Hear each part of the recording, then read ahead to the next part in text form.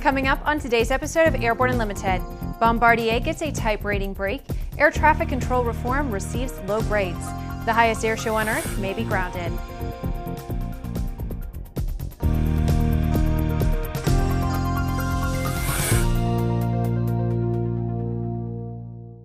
I'm Bree Cross. It's November 30th, 2016, and this is Airborne Unlimited. The European Aviation Safety Agency and Transport Canada have awarded the CS-100 and CS-300 airliners with the same pilot type ratings, which provides operators with significant cost-saving opportunities. Bombardier's Todd Young said in part, quote, "The same type rating is a reflection of the high commonality between the CS-100 and CS-300 aircraft. This is great news for customers that operate both aircraft, as they will benefit from the cost-effective, minimal training required to transition pilots from one model to the other." The CS-100 and CS-300 aircraft feature over 99% parts commonality, which the company claims is the highest level of parts commonality achieved by a manufacturer in the industry. The Department of Transportation's Office of the Inspector General recently released another critical report highlighting the uncertainty, delays, and reduced expectations in the FAA's Next-Gen Air Traffic Control Modernization Program. Transportation and Infrastructure Committee Chairman Bill Schuster said in part, quote, "The Inspector General's latest report on FAA's costly, ineffective next-gen implementation efforts again underscores the need for comprehensive reform of how our nation's air traffic control system is managed." Schuster continued, "The IG's findings confirm my long-held belief and the belief of many experts that the FAA's bureaucracy is simply unable to manage large, multi-year, technologically complex capital projects, particularly when tied to an annual funding cycle." Schuster said that ATC reform is needed to address this flawed construct and allow NextGen to be managed in a sound, business-like manner that ensures the efficiency and continued safety of the system. The IG report also said that NextGen's objectives remain broad and unclear, and while the costs to carry out the program to its completion are uncertain, the IG and others estimate those costs will be dramatically higher than original projections. After the break, another popular air show runs into financial problems. Build and fly with the most exciting line of kit aircraft on the market, the Sonex Aircraft B models. The B models offer more room and comfort, more fuel, more panel space, more engine choices, and the same great Sonex Aircraft flight characteristics. Learn more at sonexaircraft.com. Concorde's recombinant gas RG series sealed battery technology produces a high-performance battery with the advantages of being pre-tested and fully charged at the factory. Find out more about Concorde's entire line of batteries at www.concordebattery.com.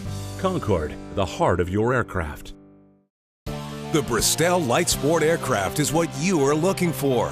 The Bristol is wider than a Cirrus, faster than a Skyhawk, offers more storage than a Husky, and comes standard with Garmin avionics. So what are you waiting for? Visit Bristol.com to find out how you can get into a Bristol today. Sandia introduces the new SAI 340 Quattro TSO'd airspeed, attitude, altitude, and slip. With integral backup battery, safety never looked so good. See it now at www.sandia.aero. Welcome back. If you would like to be a supporter of Airborne Unlimited, send an email to jim@aero-news.net. Every summer for the past 4 years, spectators have packed into Dillon Marina Park in Dillon, Colorado to watch a highly popular air show that is called Highest Air Show on Earth because of the high elevation of the city. Next year, however, the skies over the waters of Lake Dillon are likely to be quiet as cost increase have all but scrapped any prospect of a 5th consecutive show. It's reported that the quoted price was up to about $68,000 from $44,000 last year. Coupled with the potential cost overruns that can accompany such a big-ticket event, town officials have decided the air show would have been too big of a bite out of next summer's programming budget. While the town hasn't completely abandoned the possibility of having an air show next year, it's unlikely it would be able to find another vendor in time due to both the complexity of putting together the event and the limited number of pilots who are able or willing to perform aerial stunts at 10,000 feet. With some 3,000 Aero TV programs webcast to cyberspace, sometimes it can be fun to look back and enjoy some of the places we've seen, the flyers we've met, and the planes we've flown. Here's a look at one of our favorite Aero TV classic episodes. community, and there just seems to be so many fascinating things here, both from a standpoint of the sport and recreational, the technical, the competitive, and all that. How do you break down the means by which you can communicate to the rest of aviation that you've got something amazing going on here that they really need to check out? The Albuquerque Balloon Festival is always an amazing event, and in this video, you'll not only see the sights, Jim Campbell's interview gives you an inside look at how it all takes place. Search Uplifting, Amazing Fun on Aero TV's news channel. After these messages, the NTSB faults a mechanic and the pilot for a 2015 fatal accident. Explore no-limits flying in the FAA-certified Sea Ray Amphibious LSA, one of the top 3 best-selling LSAs in the U.S. Progressive Aerodyne Sea Ray comes equipped with a Rotax engine and exhibits extraordinary handling on land, water, and in the air. Check it out at www.searay.com. Redbird is quickly becoming the industry standard for flight training. Since Redbird introduced its revolutionary FMX in 2007, colleges, universities, and flight training operations around the world have integrated Redbird products into their curriculum. It's time to discover what Redbird can do for you. Join the migration. Based on the popular Sling 2 LSA, the Sling 4 was designed to be the most practical and desirable lightweight 4-place experimental aircraft on the market. Find out more about this 115 horsepower turbocharged airplane at airplanefactory.com. There's a difference between charting a steady course and pushing for the ceiling. And for nearly a century, Hartzell Propeller has been defining that difference. It's in our passion for engineering and research and our dedication to testing the limits of performance. We are built on honor. We are Hartzell Propeller. Welcome back. With so much news coming out of the aviation industry, we're summarizing some other interesting stories in a brief segment we call Around the Patch.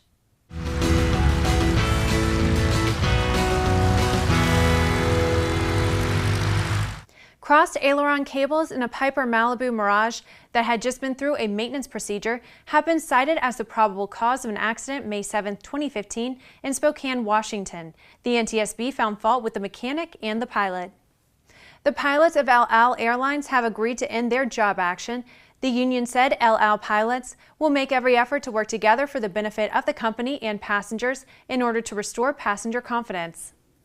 A U.S. Coast Guard helicopter made an emergency landing at Dillingham Airfield last Sunday morning. The helicopter was on a medical recovery mission when it had a mechanical problem. The mission was successfully completed by a second helicopter. The Alaska Airlines Foundation is donating $162,500 to 15 nonprofit organizations in Alaska, Hawaii, and Washington as part of a second donation cycle for the year. In 2016, donations totaled $307,500 to 27 organizations, which is the largest ever. Life Flight Network has moved its helicopter stationed at Peace Health St. John Medical Center in Longview, Washington, to the Southwest Washington Regional Airport in Kelso, Washington. The company said this move will result in improved response times. Well, that's the trip around the patch. Now let's move on to the rest of the news. EAA says it has come to their attention that some pilots have been counseled to voluntarily surrender their medical certificates in anticipation of the implementation of aeromedical reform provisions signed into law last July. Some claims have been made that such surrenders preserve a pilot's eligibility to fly under the new law, which the FAA has been directed to implement by mid-January. EAA's advice is not to surrender your medical certificate as it could lead to complications. They say that if your intent is to let your certificate expire and operate under the proposed new third-class medical regulations, there is no need to surrender it. Worse yet, EAA says the FAA generally treats a voluntary surrender of a medical certificate as a revocation, which can make the pilot ineligible to fly under the new rules as well as the current sport pilot rules. The best advice we at A&N can offer is just to sit tight with whatever your medical situation is until the FAA has actually issued the reformed regulations. Well, that's our program for today. Remember that Airborne Unlimited is streamed daily, Monday through Friday, with additional breaking news bulletins for important stories that fall outside of our normal deadlines. If you're watching us on YouTube, please subscribe and don't forget to check us out on Facebook and Twitter. Get comprehensive real-time 24/7 coverage of the latest aviation and aerospace stories anytime at aero-news.net. Christopher will be back tomorrow and we'll see you then.